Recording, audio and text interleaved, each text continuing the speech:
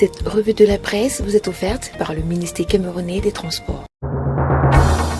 Chers conducteurs, l'excès de vitesse ou la vie, il faut choisir. L'inattention, l'imprudence, l'impatience ne vont pas avec le volant. Ceci est un message du ministère des Transports. Bonjour à tous et bienvenue à cette nouvelle édition de la revue de la presse camerounaise.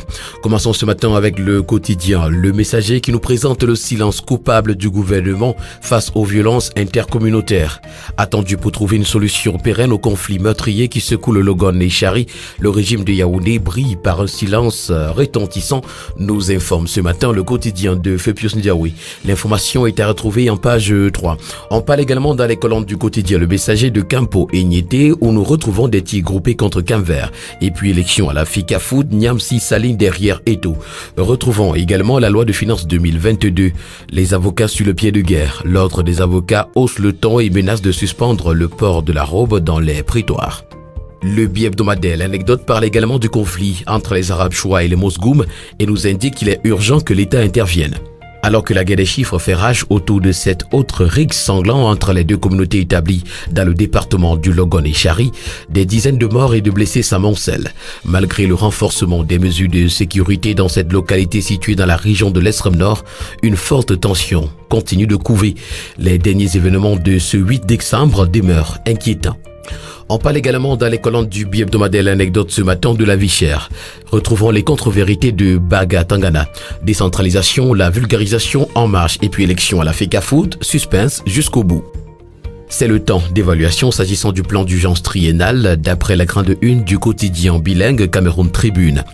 Au cours de la première session du comité de supervision de cette initiative du président de la République visant à booster le développement dans divers secteurs économiques et sociaux hier, le Premier ministre, chef du gouvernement Joseph John Ngouti, a noté une exécution globalement satisfaisante sur le terrain en dépit des difficultés dans les régions du Nord-Ouest et du Sud-Ouest.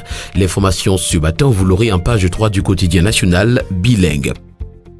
C'est également le temps des comptes s'agissant des journées économiques internationales des communes 2021 d'après la grande une du quotidien Mutation. Le président de l'association Communes et Villes Unies du Cameroun, Augustin Tamba, dresse le bilan de la première édition des journées économiques internationales des communes tenues à Yaoundé du 3 au 5 décembre. L'information vous l'aurez des pages 8 à 9 du quotidien Mutation. On parle également des tensions intercommunautaires, Kousséry à feu et à sang.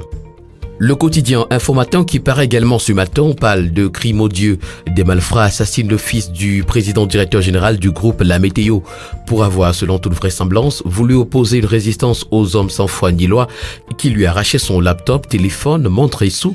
L'étudiant en droit de Yaoundé 2 a été froidement poignardé au niveau du cœur.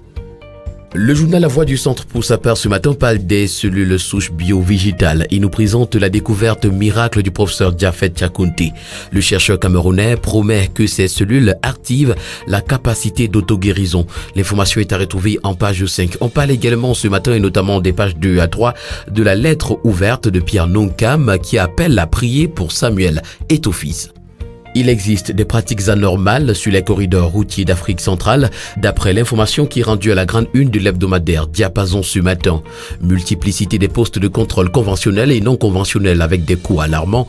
Retrouvons dans les colonnes de l'hebdomadaire ce matin comment environ 700 000 francs CFA de frais de contrôle sont répartis dans les 3 corridors Douala-Djamena, Douala-Bangui et puis Douala-Libreville. Francial Giscard, Libengue, Dobele Poka, directeur général de l'Institut sous-régional de statistique et d'économie appliquée, évoque de nombreux autres facteurs à l'origine de cette situation. L'information est à retrouver ce matin en page 3 de l'hebdomadaire Pratique de l'emploi, de l'économie et des finances, Diapason.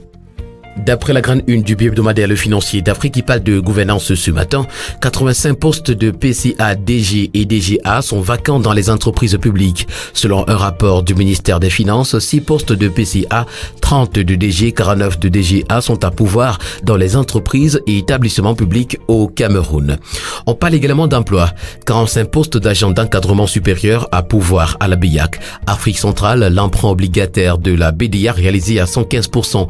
Et puis football, les enjeux financiers de l'élection à la FECA Foot sont à retrouver dans les colonnes du bi-hebdomadaire Le Financier d'Afrique. L'hebdomadaire Le Témoin, quant à lui, ce matin nous amène à l'Assemblée nationale où Cabral Libye a été interdit de parler au nom du peuple.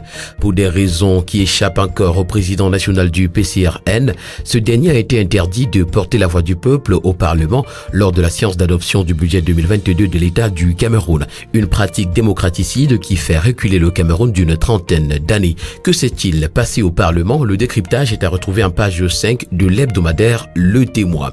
La grande tribune, qui est également un kiosque ce matin, s'intéresse à la livraison différée du stade d'Olembe.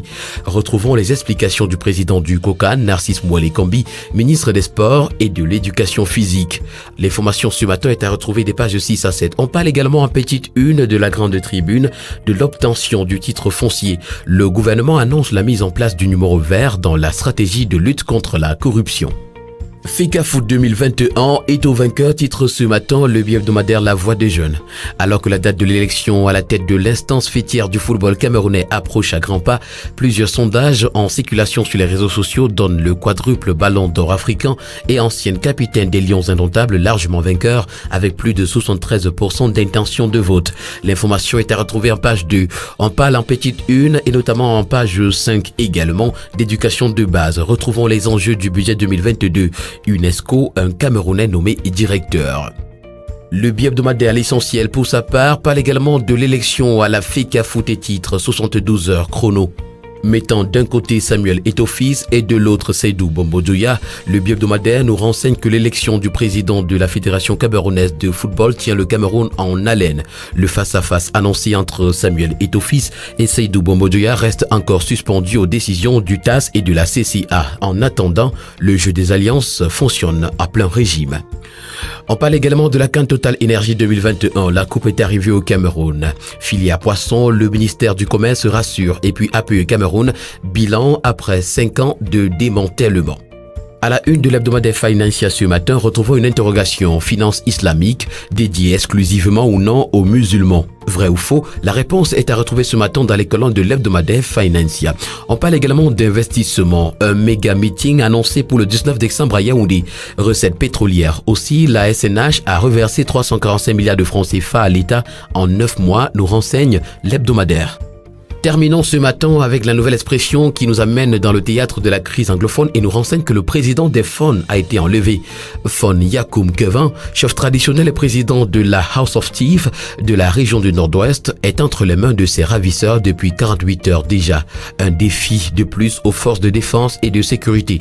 L'information est à retrouver en page 2. On parle de répression des opposants.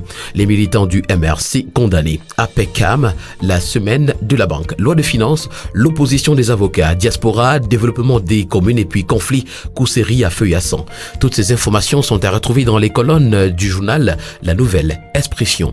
Mesdames et messieurs, c'est terminé pour ce matin. Merci d'avoir écouté cette autre édition de la revue de la presse camerounaise. Bonne journée à tous, au plaisir de nous retrouver demain pour une nouvelle édition.